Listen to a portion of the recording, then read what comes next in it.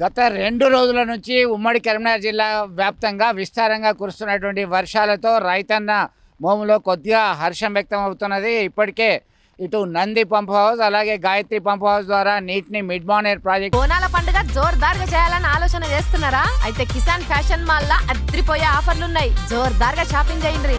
వదలడం జరిగింది. ఉమ్మడి కరీంనగర్ జిల్లా వ్యాప్తంగా ఆరెంజ్ అలర్ట్ జారీ చేయడం జరిగింది. అవసరమైతే తప్ప బయటకు రావద్దు అని చెప్పి హెచ్చరికలు జారీ చేశారు. ఈ క్రమంలో ఇటు నిన్న మంత్రులు అలాగే ఎమ్మెల్యేలు కొండగట్టు ఆంజనేయ స్వామి ఆలయం చుట్టూ గిరి ప్రదక్షిణ చేయడం జరిగింది.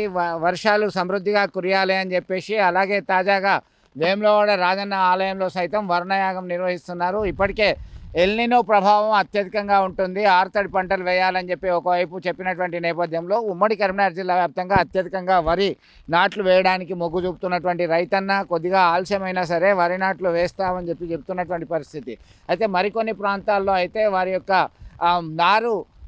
వరి నారు ముదిరింది, ఇప్పుడు వేస్తే లాభం లేదనేటువంటి కోణంలో ఇబ్బంది పడుతున్నటువంటి పరిస్థితి. ఇటు పత్తి మొక్కజొన్న సైతం చాలా ప్రాంతాల్లో వేయడం జరిగింది. ఈ క్రమంలో ఇటు ప్రధానమైనటువంటి జాతీయ రహదారికి సంబంధించినటువంటి ప్రాంతాల్లో సైతం కొంత రాకపోకలకి ఇబ్బంది ఉంది. జగిత్యాల నుంచి ధర్మపురి వెళ్ళేటువంటి నేషనల్ హైవేకి సంబంధించినటువంటి దాన్ని నేరెళ్ళ ప్రాంతంలో అక్కడ లోతట్టు ప్రాంతము దానికి సంబంధించి మొత్తం రాకపోకలకి ఇబ్బందిగా మారింది. అప్పటికే రాయపట్నం వద్ద సైతం పాత బ్రిడ్జి లెవెల్లో గోదావరి నది ప్రవహిస్తున్నటువంటి పరిస్థితి. ఇటు వెల్గటూరు పెద్దపల్లి జిల్లాకు వచ్చేసరికి హుస్సేన్ మియా వాగు పొంగి పొల్లుతుంది. మరొక వైపు రామగుండం పరిసర ప్రాంతాల్లో ఓపెన్ కాస్ట్ ప్రాజెక్టుల నుంచి అండర్ గ్రౌండ్ ప్రాజెక్టుల నుంచి బొగ్గు ఉత్పత్తికి అంతరాయం కలిగింది. ఇటు కరీంనగర్, రామగుండం, పెద్దపల్లి, రాజన్న సిరిసిల్ల ఇలా ప్రాంతాల్లో వర్షాలు కురియడంతో ఒక రకమైనటువంటి హర్షం వ్యక్తం అవుతున్నటువంటి పరిస్థితి. ఎందుకంటే సాగునీటి మాట దేవుడెరుగు, తాగునీటికి కటకట వచ్చేటువంటి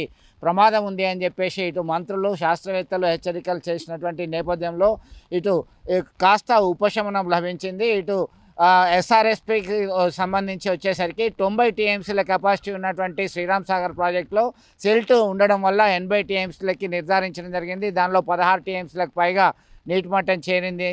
అలాగే అన్నపూర్ణ ప్రాజెక్ట్కి వచ్చేసరికి అప్పర్ మానే డ్యామ్కి వచ్చేసరికి దానిలో కూడా నీరు ఎగువ ప్రాంతం నుంచి వస్తున్నటువంటి పరిస్థితి గమనించవచ్చు. ఇటు మిడ్ మానేర్కి 27.5 టీఎంసీలు కలిగినటువంటి కెపాసిటీ ఉన్నటువంటి మిడ్ మానేర్ ప్రాజెక్టులో 7.5 టీఎంసీల నీటి నుంచి 8 టీఎంసీలకి నీరు చేరింది. అలాగే లోయర్ మానేర్ డ్యామ్కి వచ్చేసరికి 24 టీఎంసీలు ఉన్నటువంటి నీటి మట్టం అనేది కాస్త పెరిగి 7%కి 7 టీఎంసీలకు చేరుకుంది. అలాగే శ్రీపాద ఎల్లంపల్లి ప్రాజెక్ట్కి వచ్చేసరికి 20 టీఎంసీలకు సంబంధించినటువంటి నీటి మట్టం ఉంటే శ్రీపాద ఎల్లంపల్లి ద్వారా గేట్లు వదలడం జరిగింది.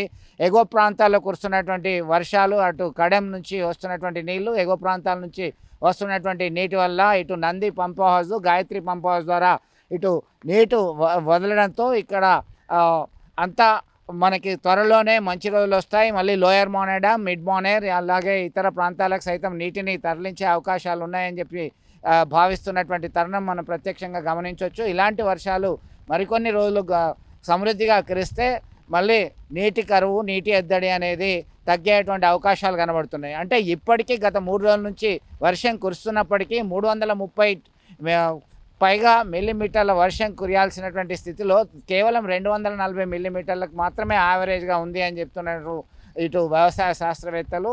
ఇప్పటికీ మరికొంత కురియాల్సినటువంటి పరిస్థితి ఉంది. దీనిలో భాగంగానే తమ పంటలు రక్షించుకునేటువంటి అవకాశాలు ఉంటుంది అని భావిస్తున్నారు. వీడియో జర్నలిస్ట్ సుమంత్తో కలిసి చంద్రశేఖర్, RTV, కరీంనగర్.